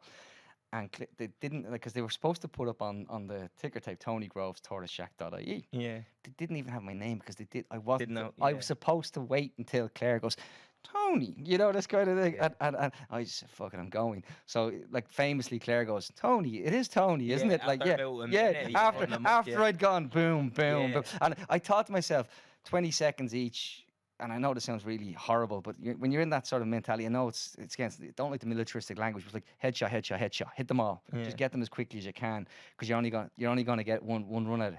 So I just went bang, bang, bang, bang, bang, and I just went. I said, "Jesus, I'm never getting back in here again, lads. Never getting back in here again." So as soon as I finished, Aidan Regan comes over and he goes, "Man," you know, like Martin Ward giving a big hug. He goes, "Jesus, Tony." I said, and then next morning the producer rings me and says, Tony, that was unbelievable. He said, but the problem was, he said, I was like, who's that guy shouting? Like, get the camera on that guy who was shouting. And like, yeah, so it went viral. But it went viral because, as I said to someone else, was I actually any good, or were they all just fucking useless? I'd say they were useless because they give all this Yeah. jargon and that like the facts are there, the evidence is there. Like, literally just look out your window, the evidence is there, Yeah. and then like you turn on the telly and they try and sugarcoat and be like, no, what you're seeing isn't real out We're- there. we're And you're like, what world are you living in? We're creating jobs, she said. Yeah. And I said, what jobs? I said, we've the highest number of working poor in you know, like the 25% of people in rough sleeping accommodation today. I was talking to people from Mendicity this morning about something we're going to help them with. They were saying 25% of people they serve in their cafes now are getting them going to work. Like, they shouldn't be sleeping in tents and going to work. That should not be happening. No. Now, like, that's just, so they're telling you where we're creating jobs. Fuck off with that. Like, you know, you're creating working poor, and there's a huge there's a huge issue there. So when knowing what I knew, Yeah. and that was what was funny, because I've done over 1,000 podcasts, lad. Like, you haven't taken this. Do you actually know who it was like you've shut the bottle, taken the cork off, and asked me to talk? Get out of the way, I'm gonna go off. Yeah. And actually, because I thought, so it was, I'm delighted that I did it, because I really didn't want to do it, but it totally blew up first of all, the concept of that show, this whole Yeah. Sinn Fein show. It all went out the window, and it became then, you know, what are we talking about here? About our values. Do we believe in actually giving people a leg up and helping people, you know, leveling the playing field? Do we believe in, like, your man, the developer cracked me up with his, you know, we need more subsidies, we need more of this. And I think I turned around and said, you're the most subsidised people in Europe. And he Yeah. turned to me and goes, well, Sinn Fein, and And then you were like, what? Who said Sinn Fein? yeah, I never said Sinn Fein. And he Yeah. just went, and I just went, you're gone as well. I was like, so, but that's, you get your reps. This is episode 85. You get your reps. You know what you're doing. You're gonna, you know what I mean? It's like, it's like, yeah, and you gotta go. You gotta keep it sharp. You gotta keep it succinct. You gotta go. Like, they brought me back in and put me on the panel, and it was so funny because this poor Fine Gael senator was to sit opposite me and debate about the new Darragh O'Brien's new help the boy schemes and all the rest of it. And I sit there like this, and he says, he walks in, he sits down. I said, how you doing? I said, do you know who I am? And he goes, no. I said, do you think I'm just some podcaster? He goes, yeah. Yeah. And I'm going to get in trouble now. And I said, you know what you are? He goes, well, you're tonight's victim. And I laughed, right? And he goes, really? And I said, listen, I'm only having a laugh. And I sat down and he started scribbling notes, and his pen wasn't working. Yeah, fuming. So I took out another pen, and I said, here, I've got a spare pen. And he goes, oh, thanks. And then he goes, And he looks at the pen. He goes, "You're not trying to give me something, are you?" I said, "I am." I said, "That's an Anna Liffey pen for the drug services, and because I believe in decrim, and I think you should believe in decrim." And he was like, he was looking. And I said, "Everything I do was political. Do you know what I mean? Everything was driven." And we great crack, enjoyed it. Finished up. Said to your man. I said, "Where are you going?" He says, "Oh, I'm staying in Buswell." I said, "I'll give you a lift into town." Yeah. You know, we're having a chat and others, and I'm just thinking to myself, going like, this is mad because these lads are earning 90 grand a year, and they don't know. They don't know beyond their talking points. They've been given, here's 6 things you have to say. Here's your bullet points. And if you can talk down the clock or you can attack, like your man, there was one really great moment where I said something, and he just was angry, and he just turned around and he goes, "Claire, we have to be honest with your listeners." And I just went, "Viewers." And Claire Byrne burst out laughing. I was like, "Oh Jesus, God love him now, because he's totally thrown now." On you the know? back foot, Yeah, probably. yeah. Like, you Just shook him. but a simple thing like that. And I Yeah. just thought to myself, going like, yeah. So that's why, like, as I said, when you're doing that sort of stuff, I never wanted to do any of that stuff. Never. Like, let Rory Hearn do all the media. Let Martin does unbelievable work on bogus self-employment. Like he was in the Sunday Independent again this weekend. You know, there's a lot of activism in what we do. Like, it's a lot of activism. Like, you know, so when we do the activism, like, it has to be, you have to actually sit back and say, will that make a difference? And sometimes I have to admit to myself that doing things like Claire Byrne will make a difference, because maybe some people are going to hear that and go, "That's the first time I actually knew that 41% of households are dependent on social transfers to be lifted out of risk of poverty. I didn't know that." Yeah. You know, I thought I was unique, because a lot of people they feel the shame. They don't want to tell people that actually, if it wasn't for the children's allowance this month, I probably wouldn't have had. Struggling. Yeah, they don't want to talk to ourselves about that. So when you say it out loud, it's like, actually, I'm nearly 41% of households. That's nearly a majority. Jesus, there's enough of us to change everything. Yeah, that's what I'm saying. Like, you're looking at your window and you're seeing all this stuff, but on the telly it's telling you no, what you're seeing is not what you think it is. Ignore the evidence of your own eyes. Yeah, so that's what I'm saying. So a lot of people will probably be like, "Oh, maybe I am an exemption here. I'm the basket case." And then you come on, you say, "No, there's 41% of people just like you," and you're like, "Oh wait, hang on for a minute, I'm going to stand up now." Yeah. You know, see all them politicians as well. Like, they're just the face of the department at the back, and so like the Department of Housing, Department of Finance, and all. Like, none of them even know what they're doing. They're just backed, and they have advisors and teams and stuff like this. They're just like the front man overall. They've less power than you think. Yeah, exactly. They've a lot less power. Like, I've dealt with ministers when I've said, "Look, this thing's about to happen." I've given them a heads up on things, and I've said, "Look, this thing is going to happen. If you can help this person out on X thing, you know, it'd be a great thing to do." And they've gone off, and the people in the senior civil service went, "No, we don't do that." Do you know what I mean? You know, you're like, "Oh, no, I'm the minister." Yeah, so what? But like, There'll be another minister along in a couple of years. Yeah. like, if you think about it, it makes no sense. Like, your Minister for Health should have like a medical background. Like, a Minister for Education should have like a kind of teaching background or something like that. But like, you just see them chop and change. They're just depending thrown on the in government. different fields. Literally, like, the Minister for Education could be the Minister for Finance next year. Yeah. Or whenever there's the next election, you know what I mean? They're constantly just... Like, Leo Varadkar was what? Like 4 different... He's gone through them all. Yeah, he's failed upwards every time. Every he time. failed in health and transport, and he just kept failing upwards. Yeah, And now he's going failed as a to be Taoiseach. Taoiseach again in December. But like, I mean, I remember meeting with, before he became leader, I was having a cup of coffee with a former Fine Gael minister who said to me, because it was going to come between him and Coveney and all the rest of it, and they said, "Leo looks great on a poster." I thought to myself, there's the standard. Yeah. Do you know what I mean? There's the standard. Looks great. It's on just a all poster. publicity. And he does look great in a poster. Like, he's like, I would love to tell you, I think he'd be like, imagine how proud we should have, you know, the son of an immigrant, an outwardly gay man.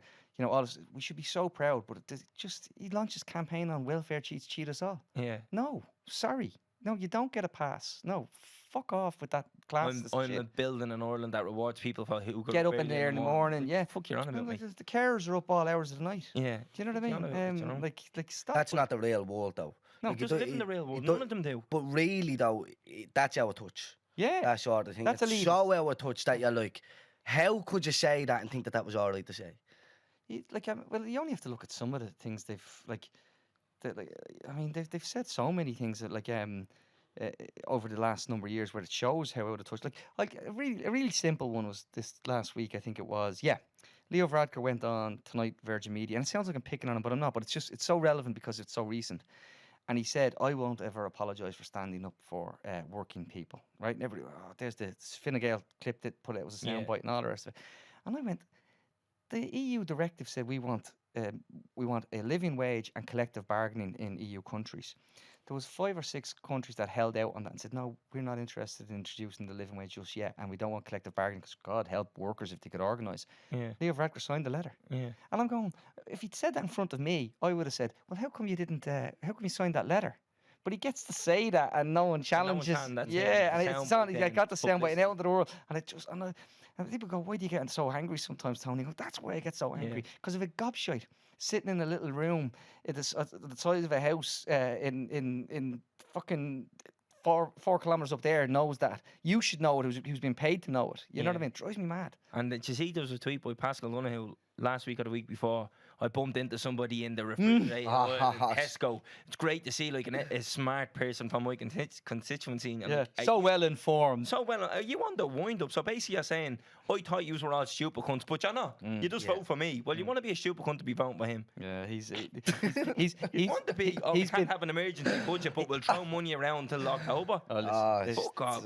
The idea, like, see that stuff like that is funny because that's what's also really important. People understand is that. So his brilliant thing is branding. He's known as Prudent Pascal. Everything, he's great. And you go, where did he get that reputation? Our hospital's the children's hospital's most expensive hospital we ever delivered. The costs are running out insane over what's happening with even Metro before we even touched it. Every time he goes into expenditure, they just throw money at it. HAP, $1 billion a year. Which his own report, 2 reports given to Pascal Donoghue said, from the Irish Government's Economic Evaluation Services said, for every HAP tenancy in Dublin, the state could build two local authority homes. And he went, keep it on the HAP. So how is he prudent with our money? Do you know what I mean? He's not. So even if you're sitting here and you're saying, that Tony Groves, he's a mad lefty loony, I'm also saying to you, well, look at your pocket. Yeah. Because if that's what really motivates you, if what's in your pocket, don't give them another go. Because they're gonna keep on doing that, you know. Yeah. But do you not think like that's a great? I never knew that. Like for what? So every one person. So for every HAP tenancy. So say someone's got a HAP tenancy and say it's $8.85 a month, right? Yeah. So the HAP, they factor that in because they're gonna live there for their lives. You know what I mean? Yeah. So it's a 35-year term or whatever. So for the same cost of that factored out over the 35 years, the government's own report said we could actually build on state-owned land 2 properties. Not mad. So where's the pros and cons to doing The that? pros are you're lying in the landlord's pocket. That's one. The cons are you're not lying in the landlord's pocket. The other pro is the other con is the state would have to get involved in building again, and they don't want it to get involved in building because they'd rather actually leave it to the market. Yeah. Do you know what I mean? So they will pay effectively. We'll pay a subsidy, so they don't have to do it.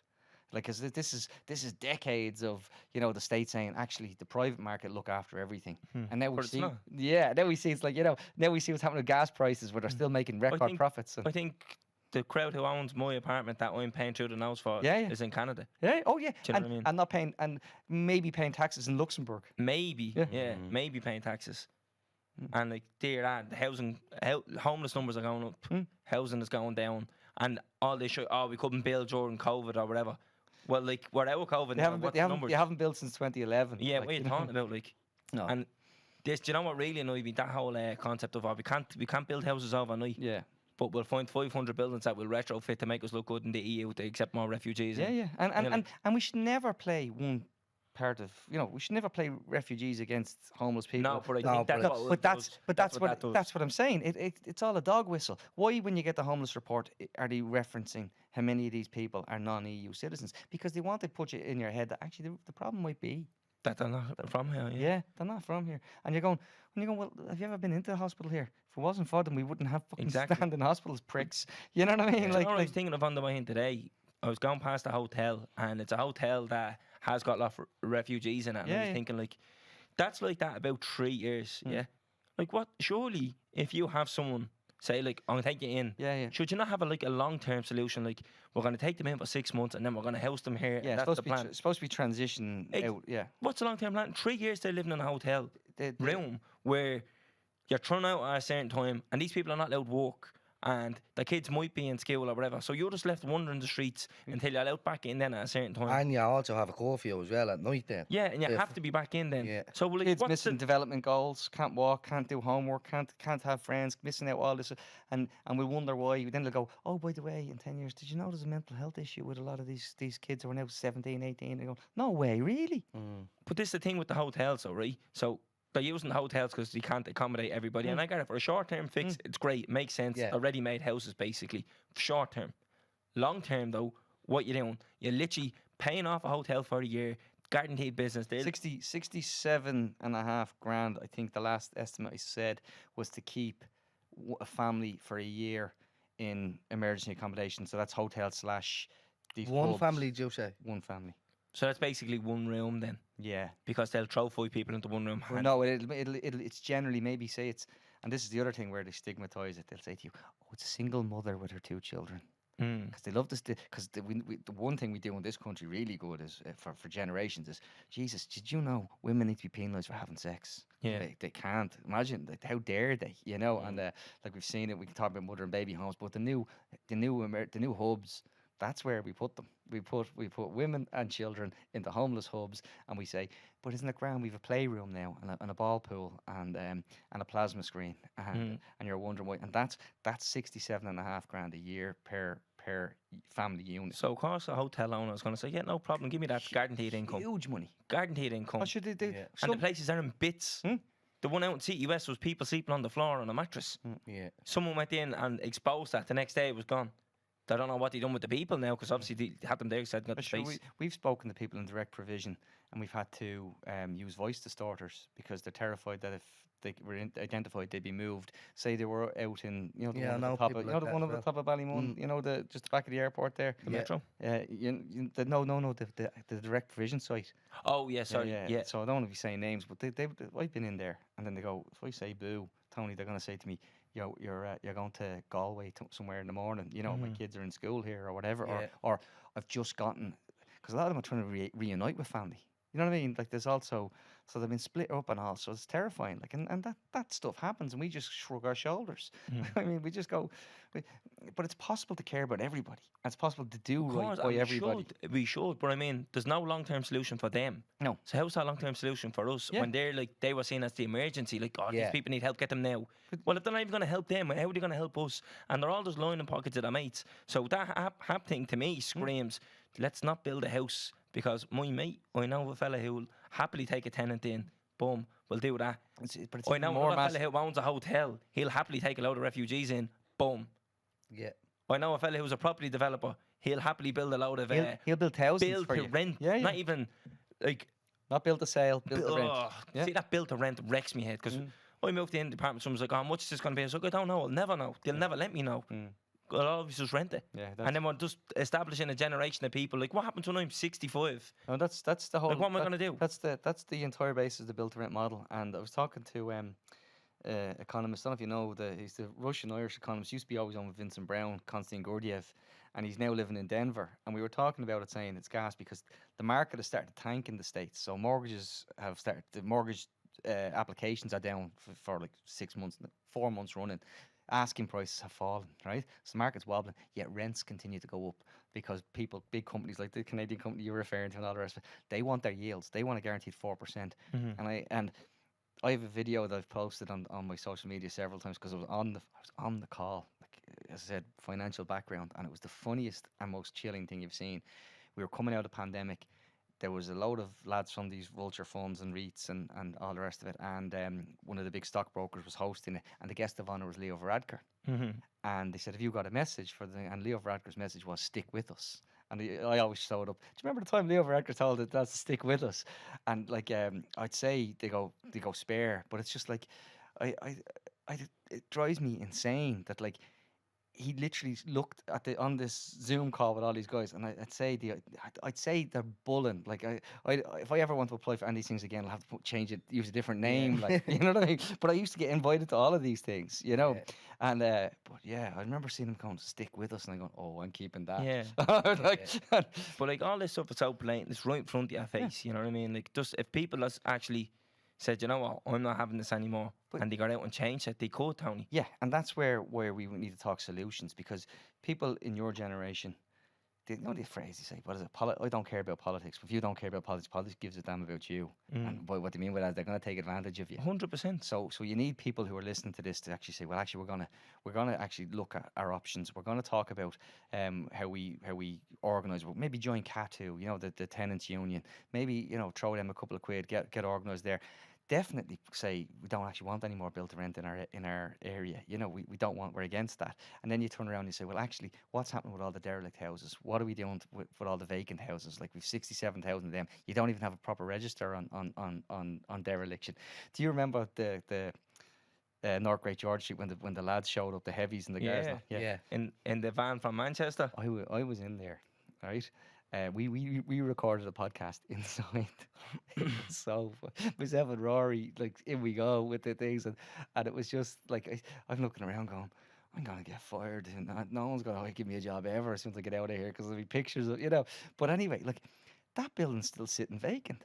To see them all. You know what I mean? Like, all those years of us saying this should be a home, this should be for someone, and we all the heavies came in, threw everybody out onto the street, and then just said it's actually easier. It's more profitable to leave it derelict, because you know, we're banking the increasing property values and the land site value. Because then all of a sudden you can say, now I want a 6-story 22 unit thing with 1 bathroom or 1 kitchen, or, you know, these stupid, we're trying to co-living 42 bedrooms and modern day tenement. But is it worth it for them to just leave that there? Yeah, absolutely. Because then you can just sell it in a few years when the price goes through the roof. There's no maintenance in it. No derelict. The derelict site tax was never imposed. They need to tax them through the nose. Yeah. Now, I don't mean like a little tax where you're like, I'll pay that 10 grand a year to leave that derelict. I mean, we're going to tax your profits. So it's like, oh, bollocks, I've got to do something. Go after and say, well, look, okay, year 1 we'll take 20% of the value of the property. Year 2 we're taking 40. Yeah. Mess around year 3, we're coming after. You know what I mean? And like, and that's it. Like, so use it or lose it. You know what I mean? You need that to actually happen. You need politics is all well and good, but you need it. I think change comes from the bottom up. 100%, and that's what I'm saying. That people actually realise they have a lot of power. Yeah. Like, we were talking before, the weekend actually, and it's not even about like what do you believe in, what I believe in. I believe in the fact that everyone has the right to vote. Like, if election happened tomorrow and you voted for, I don't know, whatever party 1, I vote for party 2, I'm not going to fall out with him over it. Yeah. Do you know what I mean? We have the right for that. But the fact is, I'd be proud of him because he voted. And people need to realise that when you vote, you pick who's in power. So you can't come in here and tell me, I'm sick of him and I'm sick of him. Hang on, was he in your constituency? If you bought those kicks and you went in, and then you came home and the soul broke on the first day, what would you do? I'll bring them back to shop. Yeah. So the issue we have with sometimes when we vote for people is they go in and you've given them that, and then straight away they go, well, I've got 4 to 5 years, and you can make me pay at the ballot box in 4 or 5 years. There's no right of return. There's no right of reply, and that's where movements have to happen in between elections. Yeah. You have to have that bit of passion, that bit of anger to say to people, actually, no, we don't need to wait until that. We actually have to demand that now. And the reason that works, and I mean it actually works, is because you see now a government that right now that are afraid of things, because they're saying, you know, we're coming back 2 weeks early from our holidays because we're doing, you know, no, but they didn't want to do that. And nobody wants an election. No, you don't want an election. Exactly, yeah. You don't. None of you are going to be there now. They're terrified of an election, so they know that their feet are to the fire. So and then you got to put pressure on the opposition as well. You got to be turning around to them and saying, if we're getting rid of these, what you was going to do? You better you better start changing things. Like, if I hear you know, there's all this stuff, and again, climate change is a huge issue, but there was all these things about what the Greens wanted and what the farmers wanted and all this sort of stuff all week.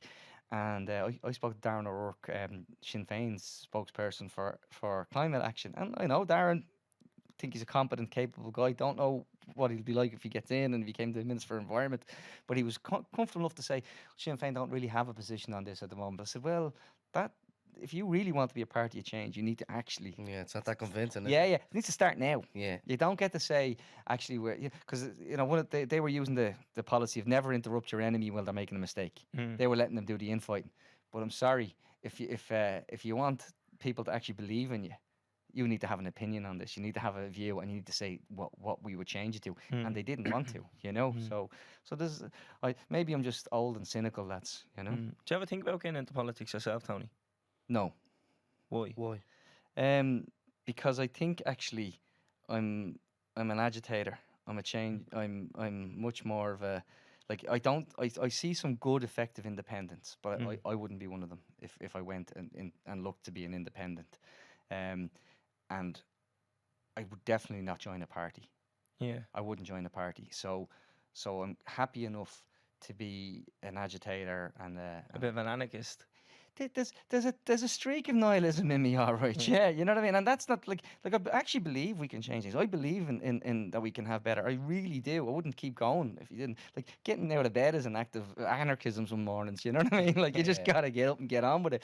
But like, when you, like, politics for me, I think I am politically active. Yeah. You know what I mean? Like, I am politically active now. Well, you definitely are if you just look at your Twitter. Yeah. Very outspoken on Twitter. Causes murder every day. Every day. Like, follow him. But it's like, that's the, and I won't make apologies for that, because people have actually said to me, like, you know, oh, you should moderate that a bit, that you'd get more of this. You'd moderate that, and I'm going, but if I moderated that, then I think I'd actually lose the idea of what we're trying to do. Yeah. Do you know what I mean? And so I love the idea that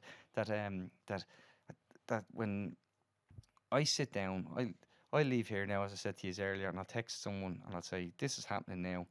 I want to talk to about that topic, and I'll generally get someone within 15 minutes, you know, and we'll have that conversation, and they'll know I'll be fair and respectful, but they'll also know that they can't come and just give me the talking points and say something. And I think it really works to a degree that, you know, then I hear those talking points repeated elsewhere. Do you know what I mean? Then I hear that it's changed the subject. Then it's like I often refer to what we do as the bottom rung of the Irish media landscape. So, like, and I'm sure, I know for a fact, producers ring me going, just heard your man on the pod. You got a number for them? Yeah. You know, this kind of. Yeah. And so I love doing that, and I've no problem I've no problem living in the swamp. The swamp is okay with me as long as I can throw the odd pick up a bit of shite every now and then and throw it at someone. You know. You said that we can change it. Yeah. How do we change? I think that, again, it goes back to grassroots. It goes back to actually communities feeling, because do you ever did that bullshit of, like, oh, we need to empower people, right? I struggle with that, because I think empowerment is within you. It's within all of us. It's something that we all should want to do. But you need to give people a reason to do it, right? You need to give people something to actually to believe in, and say, you know, because I have this really basic formula. I say hope plus action equals change. Yeah. Right. So if we can give something to hope for, these are the steps, the action, and that will change. Now, you're not gonna win all of them, and you have to admit that. You have to tell people, be honest with them. You know, we're gonna lose some of these things. We're gonna look for whether it's a community centre, whether it's you know, can we push the slum landlord out? Can we do something about the 17 people in that one house on such and such? Can we organise a union, a tenants union in this little area? All of those little things.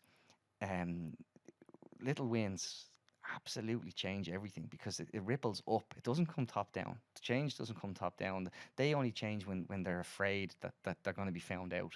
And if we don't start doing that now, it's going to get away from us, because we're signing into deals right now as a state, like with these built-to-rent things, for 25 years. And we can't get rid of them, because the state are signing deals with them for 25 years. And like, that's like saying, you know, well, we want to change things now, but we have to actually accept that they own all of this stuff now, and we shouldn't have to. Like, we easy one for us all now is when they keep hearing this phrase, just transition, right?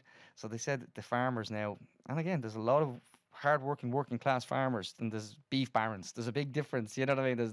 There's billionaire beef barons, and then there's real hard-working farmers. But they're saying, well, we're going to incentivize the farmer, saying, well, if you have solar panels and if you throw up this, we'll do it. Do that in your community. Do that in your community. Do that in my community.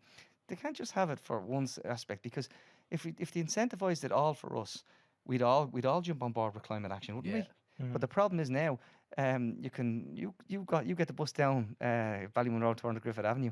There's a lot of Teslas there, the most expensive driveway ornaments in the country, because there's usually a Tesla and a Volvo SUV or something. Yeah. Do you know what I mean? Yeah. They got incentives, and okay, fair enough, whatever. But the incentives need to be to people who actually need it. So direct the money that you do have to the places that need it, and make people take up that and class consciousness. Jesus Christ, we don't.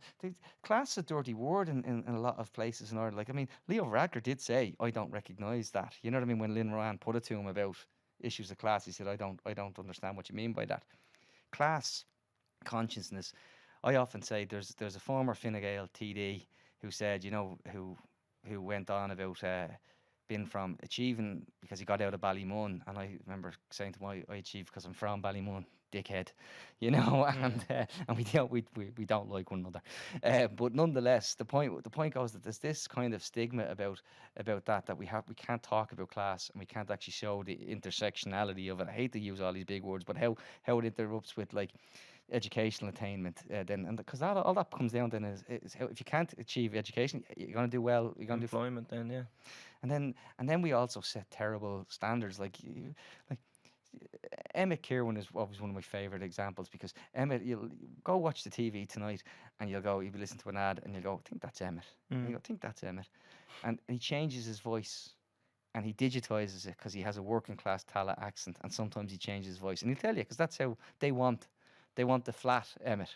You know what I mean? And it's like, we don't like, you know, that. We need to get over that shit and call that out, like, you know. And I say that as someone whose mum used to say to him, yeah, pronounce your THs, you know, all it was driven into me, you know what I mean?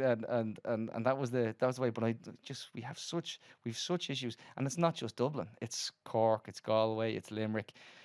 You know, all of those things need to be tackled. But it's a shared struggle, folks. It's a shared struggle. If you don't see that your problem with struggling to pay your rent is the same as the person who is cycling an electric bike for Deliveroo, is the same as the guy who was actually thinking the daughter's coming home with a voluntary contribution from the school. That's all the same struggle, but we just think we're in silos. We think, you know, we don't see that, we don't join the dots, but that actually suits the status quo then.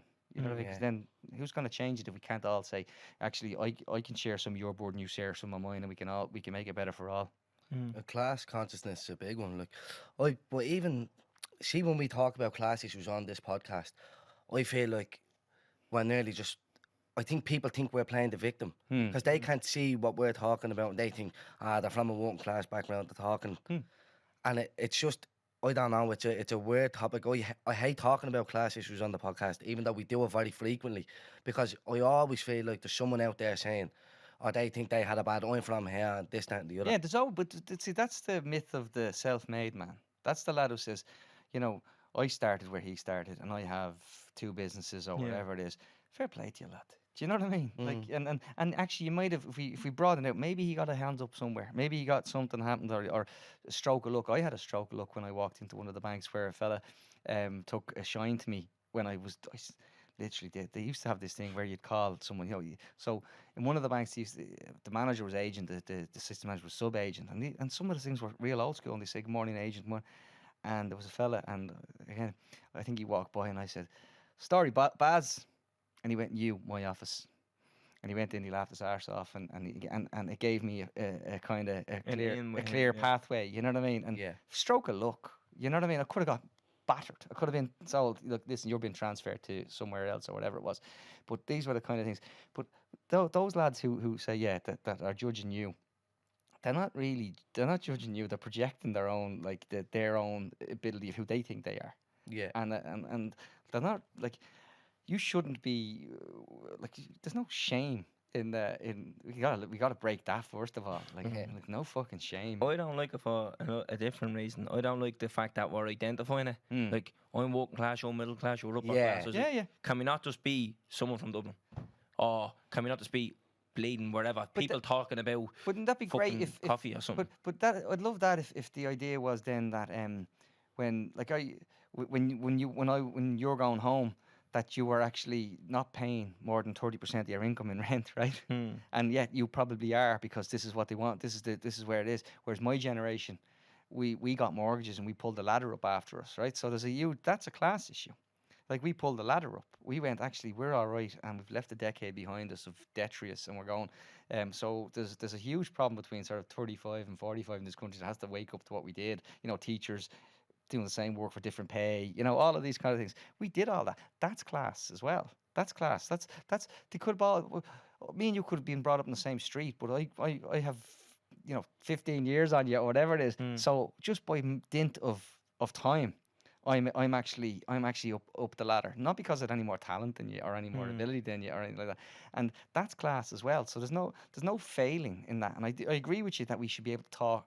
We should be able to talk on a parity of esteem. We should be able to talk as individuals and have that. And I think we can, but I think we also have to be very aware of the fact that you know, certain people are going to wake up in the morning and they don't have the same opportunities as like my youngest daughter plays drums, lads, right?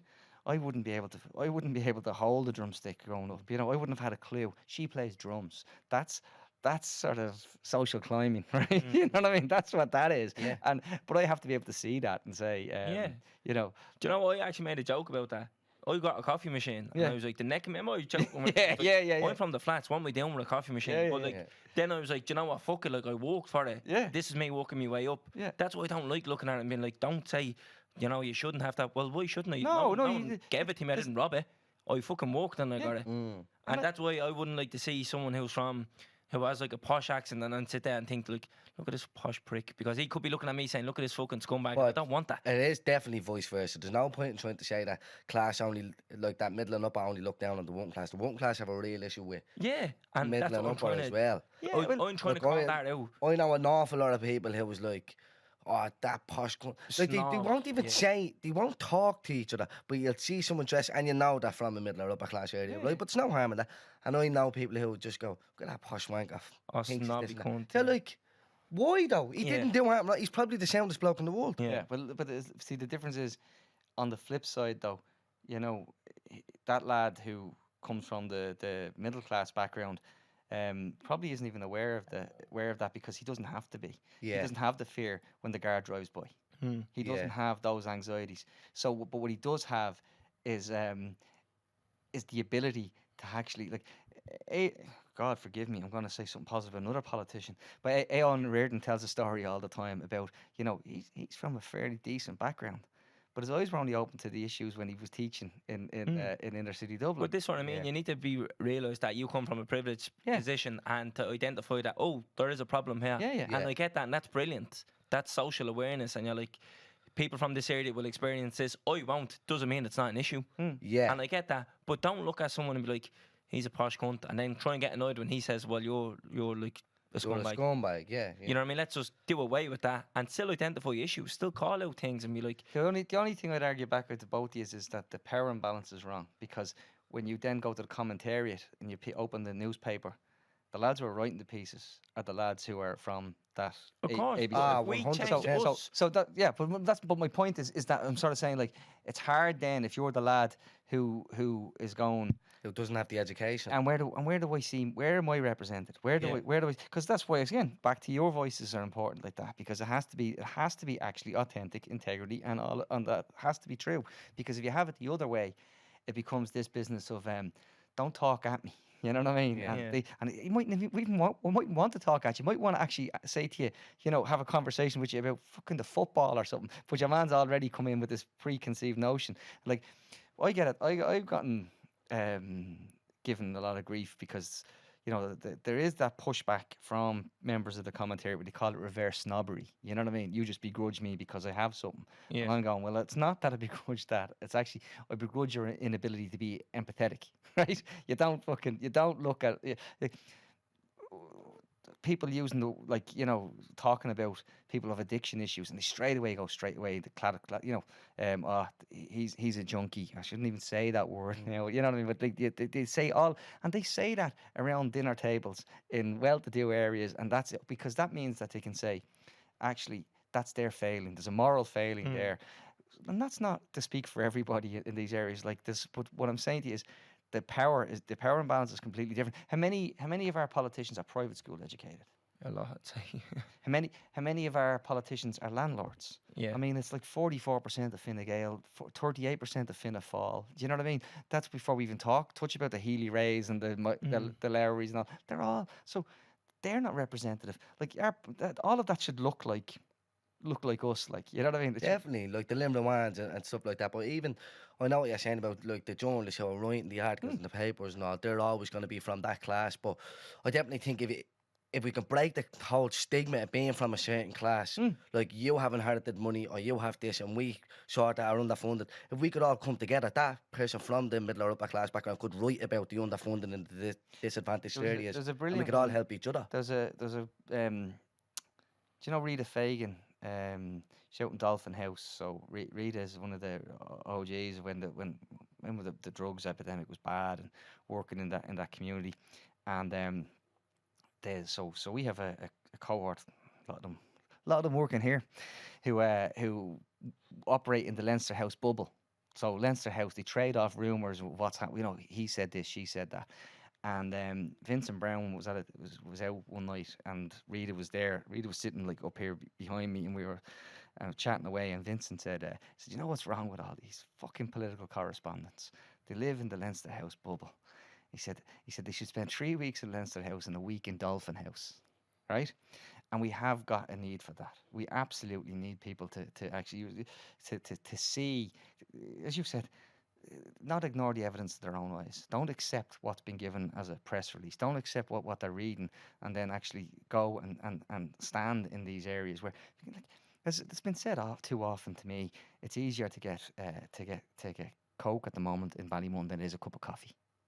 Do you know what I mean? Like, that shouldn't be the case. Like, it's true. Like, But where's it's like that in a lot of places. yeah? But my point being, like everywhere else that goes like that now, they spent £1 billion in Ballymun. Where did that money go? So Where did that money go, though? Really? this is another thing, right, Tony? Because I know you're a big socialist and you're all for if we have certain tax brackets and tax incentives and stuff like that, would be better. But is that not just throwing money at a problem? Surely if you throw money at any problem, you could solve it. No. Like, I mean, if you wanted Crystal Palace to win the Premier League, give them 10 billion transfer budget, they'd probably do it. Yeah. Do you know what I mean? Well, Just throw money at any problem. But we don't. Ballymun's a good example. There's £1 billion on Ballymun, and there's a lot of people that say it's not any better than it was when they left it in the 90s. Yeah, that's what I mean. Where did that money go? Like, so we're not. That's going back to what I said about like how we use our resources. So if we had if you gave me a budget of £1 billion, I'd look at it very differently than what they're saying. Let's spend it on HAP, right? I'd go to the likes of an O'Coulon, who is a not-for-profit builder, and I'd say, how many units can you build for £1 billion? And I'd go to the state and I'd say, you have enough land to build 37,000 units. We can build them in a parcel of 1,400, and because you get your money back every time, because you're selling them at cost, you get the money, so your £1 billion lasts forever. Right, so you keep recycling, and you try to go, well, there's this, and we start doing that way. So you look at, social sports, you build them into things, but like, it's not a case of just money. It can't be about money. If it was about money, the fact that every year they go, the budget, it's the biggest budget in the history of the state, it would have fixed everything. Because every year, because it's going to be, they're going to announce this huge budget, 6.7 billion of additional spending this year in the budget. It's not going to mean. It's not going to fix that. No. Really, let's be real. So, but if you actually directed the resources, why are we losing doctors, nurses, and teachers? And why are we losing these people, talented people? Immigration. Yeah. So we need to actually make this place a country worth staying in. They should be the highest paid bleeding people in the country then. Well, Teachers, nurses, doctors, I don't give a bollocks. Nobody should be paid higher than any of them. As lefty as I am, I actually believe in an open market for employment terms. So you should be able to negotiate your salary, right? Go negotiate your salary. I don't quite get upset when they say, remember they wanted me to debate Brian Hayes as head of the Banking Federation about bankers' pay. And I said, why? I said, if someone can sit down with his boss and say, I want a 50 grand pay rise, and his boss is stupid enough to give it to him, that's between him and his boss, right? I didn't have an issue with that. But I also think that then when it comes to like the likes of making this place more livable, that means actually affordable childcare. That means, schools that you don't have to keep paying fees to every quarter that come out to you, even though it's supposed to be free. That all of and this is before we even get to I went to the doctor today, 65 quid. I I should be able to walk into a doctor and just get seen and get my service and get. That's not the doctor's fault. That's the model. That's the model we have, and we're wedded to that. We need, and they're going to do so. That childcare now, they're going to start subsidising it heavily rather than actually saying actually the state is going to provide more, and that will be the exact same as HAP again. It'll be the most expensive way to deliver it because the state are going to subsidise rather than getting into the job of doing it. So am I socialist and left leaning? Yeah, absolutely. But do I believe a market economy has to be allowed to find a floor? I'm not a fool. Like I've done 20 years in the banks. I know how it works. But I also see when we don't put handbrakes on it, how disastrous it is and how bad it is for people. Like, I mean, it's catastrophic. People are dead. People lost their lives over the global financial crisis in Ireland, whether it was through mortgages mis-selling, whether it was through the tracker mortgage scandal, whether it was all of these things. And we just move on and pretend that It didn't happen. yeah, Wasn't that bad? Yeah. it wasn't that bad. Sure, you know, We're all right now. Like, property prices back up now. It's grand. Yeah. You know, forget about it. Yeah. Grim. Oh, and it's going to get grimmer. It could. It could get grimmer. Yeah, and that would worry me because there's definitely signs that that even globally the like the EU, the ECB, lads, the ECB at the moment is do you remember the thing called quantitative easing where they were printing money to refloat all the banks now? So they stopped quantitative easing and then they start putting up interest rates. Before they start putting up interest rates, they came up with a new mechanism to print 30 billion a month to give to Italy to stop Italy defaulting because they're the third largest economy in the EU. If they start to suck us under, it's like, what's the point? You know, like, and of course, here, listen, they're out in Taiwan at the moment, so by the time we get out of here, there might be mushroom clouds. So. Oh, I don't know. I think we're at the coming towards the end anyway. Yeah. I talk too much, lads. No, you don't. Well, you're a podcast host as well, so Yeah, it's kind of your job to talk, isn't it? And same with us. I think someone said before, to understand economics, you have to understand human nature. Yes. Do you know what I mean? So all these things are just policies and figures and this and that, but like, if you've some dickhead on the end of it, it's always going to fucking fail, isn't it? The best line on that is they can't put a price on spite, right? So they'll tell you, if I supply this and they demand is that, the price will be met here. Yeah. But you'll get some fella who'll go, well, actually, if I play the Q whore with that, your graph means nothing. Yeah. You know what I mean? Like, and economics is all well and good on paper, but that's why behavioral economics is actually where you get to actually see when people's fingerprints start to touch it and what it actually does to things, you know. So yeah, I could go nerd out on that as well. So don't even get me going. Yeah. Listen, lads, I really appreciate it. Thanks so much. No, Have you anything else to plug, Tony? No, just listen. I would actually say to people, yeah, do check out I don't know whatever you're into. Like Caroline West, Glow West is the best sexual health podcast in like whatever we talked about pegging. I knew all about pegging 2 years ago, lads, because I produced that podcast, right? And, but no, and that'd be the type of stuff. The Tortoise Shack is very very broad like that, but also more activism, please, lads. If I could call people to get involved in anything, especially if you're renting, go check out Cat2, go check out those and get involved, because that's where the big battle is in Ireland right now, and it's not for dickheads like me who have a mortgage. It's for people who can't get a mortgage, you know, and we need to sort that out. Right. Cheers, lads. That's a good note to finish on. Yeah, right, Tony, wrap look, this one up, Terry. thanks for coming in, Yeah, pal. nice It was a one, pleasure. Tony. No, Take us out, Chris. Boom. Subscribe to this podcast for free on the Go Loud app. What you waiting for? Put your back in it. Just a little more. Throw your weight in it now. Tell your body you're dead. Walk it hard and long. When you finish that, The hip knocker. go down, go down, go down. Come up, come up.